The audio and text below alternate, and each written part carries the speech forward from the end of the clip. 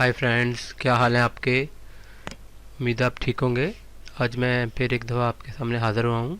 आज मैं आपके साथ शेयर कर रहा हूँ सबमिशन ड्राइंग, जो कि कोई भी घर बनाने से पहले, कोई भी बिल्डिंग कंस्ट्रक्शन करने से पहले हमें ज़रूरत पड़ती है सबमिशन ड्राइंग की, जो कि हमने लोकल अथॉरिटी से, जो लोकल बॉडीज़ हैं, उनसे अप्रूव करवानी होती है। ये ड्राइंग अप्रूव करवाना बहुत ज़रूरी होती है, इसके बगैर हम बिल्डिंग की कंस्ट्रक्शन नहीं कर सकते। तो आज मैं आपको बताऊंगा कि सबमिशन ड्राइंग बनाने के लिए हमें कौन कौन से लेआउट्स की ज़रूरत पड़ती है और क्या क्या डिटेल हमें सबमिट करवाना पड़ती है। इससे पहले कि मैं आपको ये बताऊं, आप प्लीज़ मेरे चैनल को सब्सक्राइब करें और बेल आइकन को दबा दें। तो चलें शुरू करते हैं। सबमिशन ड्राइंग है, इसमें आप देखें कि सबसे पहले हमने बिल्डिंग के जो लेआउट्स हैं, जिसमें जितने भी आपकी बिल्डिंग की स्टोरीज हैं, आपने अगर जैसे ये ग्राउंड फ्लोर है, ग्राउंड फ्लोर, फर्स्ट फ्लोर, फिर बेसमेंट फ्लोर, ये तीनों जो फ्लोर प्लान्स हैं, इनके आपको डिटेल लेआउट्स जो हैं वो शो करने पड़ते हैं कि आपकी बिल्डिंग का इंटरनल जो है मैप वो कैसा है और आउटर मैप कैसा है। जैसे कि आप ये देखें, ये बिल्डिंग का जो प्लाट का साइज़ है, ये 50/84 है और तकरीबन 1 कनाल का ये प्लाट है। तो इसको हमने एक सोसाइटी के लिए डिज़ाइन किया था, जिसके अपने बायलाज थे। उन बायलाज के मुताबिक हमने साइडों पे ये जगह भी छोड़ी थी। जो पीछे 7 फुट है, साइडों पे ये गली है, साइडों पे ये गली है। तो ये रिक्वायरमेंट थी सोसाइटीज़ की, हर अदारे की, हर जो भी लोकल बॉडीज़ होती हैं उनकी अपनी रिक्वायरमेंट होती हैं, उसके मुताबिक ही हमने बिल्डिंग डिज़ाइन करनी पड़ती है। तो जैसे अब ये देखें, फ्रंट पे हमने इसको 15 फुट छोड़ा था। तो ये अगर हम इसको और डिटेल से देखें तो आप ये देखें, ये फ्रंट से इसको 14 फुट छोड़ा है। उसके बाद कार पोर्च है। उसके बाद जो लाउंज है, ये देखें, लाउंज का साइज़ बनता है 14 फुट बाई 19 फुट। उसके बाद ड्राइंग रूम, उसके बाद स्टडी, उसके बाद ये साइड पे पैसेज 5 फुट है। उसके बाद ये डाइनिंग एरिया, ये बेडरूम 15 फुट बाई 16 फुट। उसके बाद किचन, उसके बाद बाथ, उसके बाद बेडरूम, ये बाथरूम, ये ड्रेस, ये जितने भी हमने साइजेस दिए हैं, इनकी एक सर्टन लिमिट से हम इसको कम नहीं रख सकते, क्योंकि अगर हम इसको छोटा बनाएंगे तो हमारा जो मैप है वो अप्रूव नहीं होगा। तो हमें ये ज़रूरी होता है कि हमें जो एक बायलाज के मुताबिक एक साइज़ है, उससे ज़्यादा ही रखना पड़ता है, कम नहीं रख सकते। तो इसमें शो करने का पर्पज़ यही होता है कि आपने जो भी आपकी जो कंस्ट्रक्शन है उसको आप कंप्लीट डिटेल के साथ बताएं। जैसे आप ये देख रहे होंगे, ये D4 है, D5 है, जिस ये शो करने का मकसद ये है कि आपने आपके दरवाजे का साइज़ क्या है, आपकी ये विंडो का साइज़ क्या है। और फिर ये सेक्शन ए काटा गया है, ये सेक्शन डिटेल है, क्योंकि हमने सेक्शन काट के भी बताना है कि जो बिल्डिंग की हाइट है वो कितनी है, और बिल्डिंग के इंटरनल हमें क्या क्या चीज़ें मिल रही होंगी, क्या क्या साइजेस होंगे। इसी तरह हम फर्स्ट फ्लोर पे चलते हैं। फर्स्ट फ्लोर पे आप देखें, ये देखें, ये सारी डिटेल आ गई आपके सामने। ये लो रूफ है, ये टेरेस है, ये बेडरूम है, फिर स्टडी है, फिर लाउंज है, फिर बेडरूम, फिर टेरेस। इसी तरह फिर बेसमेंट है, बेसमेंट का प्लान। ये देखें, बेसमेंट में सर्वेंट क्वार्टर्स हैं 2। उसके बाद ये किचन है सर्वेंट्स के लिए, फिर स्टेयर्स ऊपर की तरफ जा रही हैं।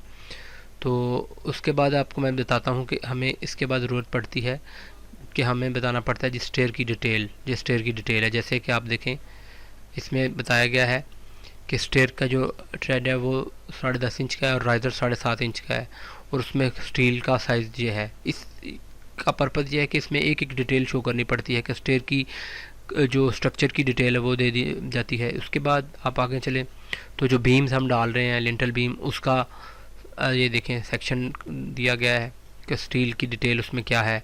फिर आगे फाउंडेशन की डिटेल आ गई, ये देखें। ये जो ब्रिक वॉल्स हमारी हैं उनकी फाउंडेशन की डिटेल है कि हमारी जो वॉल की जो थिकनेस है वो कितनी है, और जो वॉल जो है वो NSL से नीचे कितनी जाएगी, फिर रोड लेवल्स के दरमियान इसका क्या डेप्थ होगी। इसी तरह ये 1 साइडेड फाउंडेशन है। फिर ये फाउंडेशन आपको दिखाएं कि ये फाउंडेशन है हमारी बाउंड्री वॉल की। ये देखें, ये बाउंड्री वॉल की फाउंडेशन की ड्राइंग है।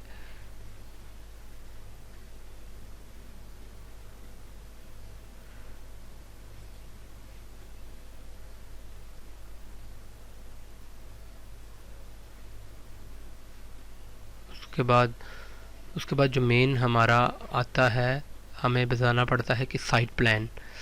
आप ये देखें, साइट प्लान का पर्पज़ ये है कि हमें ये शो करना पड़ता है कि इसका जो हमारा प्रपोज्ड बिल्डिंग कवर्ड एरिया है वो कितना है। ये देखें, ये आ गया हमारा प्रपोज्ड कवर्ड एरिया। ये 50 फुट इसकी प्लॉट की आगे विड्थ, ये 85 फीट लेंथ आ गई। उसके बाद आप ये देखें कि ये हमें शो करना पड़ता है कि हमने इसको साइड से कितना छोड़ा है।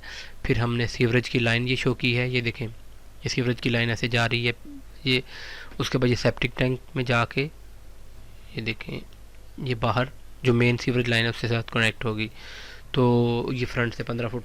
इस साइट प्लान का पर्पज़ ये है कि आपको बताना पड़ता है कि इसमें कि आपकी जो बिल्डिंग का कवर्ड एरिया वो कितना है, और उसके अलावा एक मिनट इसमें था कि हाँ, ये टेरेस आ गया, ये ओवरहेड वाटर टैंक आ गया, फिर उसके ऊपर ये आ गया हमारा प्रपोज्ड कवर्ड एरिया आ गया, ये रैंप आ गया, और ये मेन वाटर सप्लाई की लाइन आ गई। तो इस साइट प्लान पे एक एक आप डिटेल बता देते हैं ताकि जो हमारी अप्रूवल अथॉरिटी हैं उनको आइडिया हो सके कि हमने किस तरह, क्योंकि ये जो भी जितने भी हमारे ड्राइंग जो है होती हैं अप्रूव होने के लिए जाती हैं, वो हर डिपार्टमेंट में कॉपीज़ जाती हैं, जिसमें हमारा वाटर सप्लाई का है, हमारा वासा का है, जो सीवरेज वगैरह देख रहा होता है। तो हर जो अप्रूवल अथॉरिटी हैं वो डिटेल से इनकी स्टडी करती हैं, फिर वो जो है वो आपको देती हैं अप्रूवल। इसके बाद आप आ जाए, इसका एक लोकेशन प्लान हमें शो करना पड़ता है। लोकेशन प्लान में हमें एक तो जो फ्रंट रोड है वो किस साइड पे है, कितनी बड़ी रोड है, ये 80 फुट की रोड है। फिर उसके बाद हमें साइट का प्लॉट का नंबर हमें देना पड़ता है। फिर उसके साइडों पे कौन सा प्लॉट है, ये देखें, प्लॉट नंबर 4 है, प्लॉट नंबर 6 है। फिर प्लॉट उसके पीछे अगर कोई प्लॉट है तो वो भी शो करना पड़ता है। फिर जो मेन है, हमें नॉर्थ की डायरेक्शन भी शो करनी पड़ती है। तो नॉर्थ की डायरेक्शन भी लाजमी जो है वो आपको साइट लोकेशन प्लान पे शो करनी पड़ती है। उसके बाद रिटेनिंग वॉल की डिटेल है, ये देखें, जो हमने बेसमेंट बनानी है उसमें ये देखें, ये रिटेनिंग वॉल जो हमारी बेसमेंट की कंक्रीट की वॉल होगी उसका सेक्शन है कि हमने इसकी रॉफ्ट कितनी रखनी है, इसकी जो कंक्रीट की वॉल है उसकी विड्थ कितनी है, फिर उसका स्टील कौन सा होगा, फिर वो रोड लेवल से FFL तक कितनी उसकी हाइट होगी, फिर वो स्लैब की डिटेल होगी। उसके बाद आ जाएं आप सेप्टिक टैंक डिटेल। हाँ, ये हम जो घर में सेप्टिक टैंक बनाएंगे उसका प्लान भी आ जाएगा कि उसकी लेंथ और विड्थ क्या है, फिर उसका सेक्शन भी आ जाएगा कि उसकी डेप्थ कितनी होगी, वो आप ज़मीन से कितना नीचे रखेंगे उसका। फिर जो आपका देखें, ये इनलेट का पाइप हो जाएगा, इनलेट से फिर आप भी आउटलेट का पाइप, फिर बाहर का जो मेन सीवर है उसका भी सेक्शन आपको ये दिखा दिया गया है कि वहाँ पे किस तरह पाइप डलेगा। तो ये डिटेल दिखानी और बनानी बहुत ज़रूरी है, इसके बगैर हमारा मैप जो है वह अप्रूव नहीं होता। अब मेन जो हमारा जो आपको मैंने बताया था शुरू में कि वो सेक्शन हमने ये काटे थे, सेक्शन ए, तो उसमें आप ये देखें सेक्शन ये वाला जो है, हाँ, इसमें आप ये देखें, ये दिखाया गया है जी कि जो बेसमेंट की डेप्थ है ये 9 फुट है, जो हाइट बनती है बेसमेंट के रूम की। उसके बाद रोड लेवल से हम कितना FFL कितना रखेंगे, फिर पहली छत है वो कितनी 10 फुट पे है, फिर अगली छत जो है फिर 10 फुट पे है। फिर उसके ऊपर आप देखें ये 1 फुट का है उसका कंक्रीट और उसका जो वाटर प्रूफिंग का है, फिर पैरापिट है, फिर ओवरहेड वाटर टैंक है, फिर जो रूफ़ की डिटेल है वो भी देनी पड़ती है कि जो सबसे नीचे 6 इंच थिक RCC स्लैब है, फिर उसके ऊपर 2 कोट्स ऑफ हॉट बिचुमन है, 1 लेयर ऑफ पॉलीथीन शीट है, 3 इंच थिक मड लेयर है, लेड टू स्लोप है, फिर 1.5 इंच थिक रूफ टाइल हैं। इसी तरह ये देखें नीचे जो हमारे फ्लोर की डिटेल होगी कि सबसे पहले कॉम्पैक्टेड अर्थ है, फिर सैंड फिलिंग है, फिर इसके बाद 148 है, फिर 124 है। उसके बाद आपने ये कंप्लीट डिटेल बतानी होती है। उसके बाद आप आ जाएं इसके एलिवेशन पे। जिस तरह सेक्शन ज़रूरी है इसी तरह एलिवेशन भी ज़रूरी है। एलिवेशन में हम सेम फ्रंट पे हमने दिखाया है कि ये रोड लेवल से FFL कितना है, फिर 10 फुट पे इसके पहली छत है, फिर 10 फुट पे दूसरी, 1 फुट के मार्जिन के बाद 10 फुट पे दूसरी है, फिर इसी तरह पूरी रूफ़ की डिटेल, फिर ओवरहेड वाटर टैंक, और फिर पूरी की पूरी हाइट हमें दिखानी पड़ती है कि हम बायलाज के मुताबिक हम जो है वो कहीं जो हाइट है उससे ज़्यादा ऊपर तो नहीं जा रहे। तो ये एलिवेशन भी हो गया। इसी तरह एलिवेशन, सेक्शन, रूफ़ की detail, septic tank, retaining wall, site plan, location plan, फिर आ गया हमारा जो ओवरहेड वाटर टैंक है उसका सेक्शन।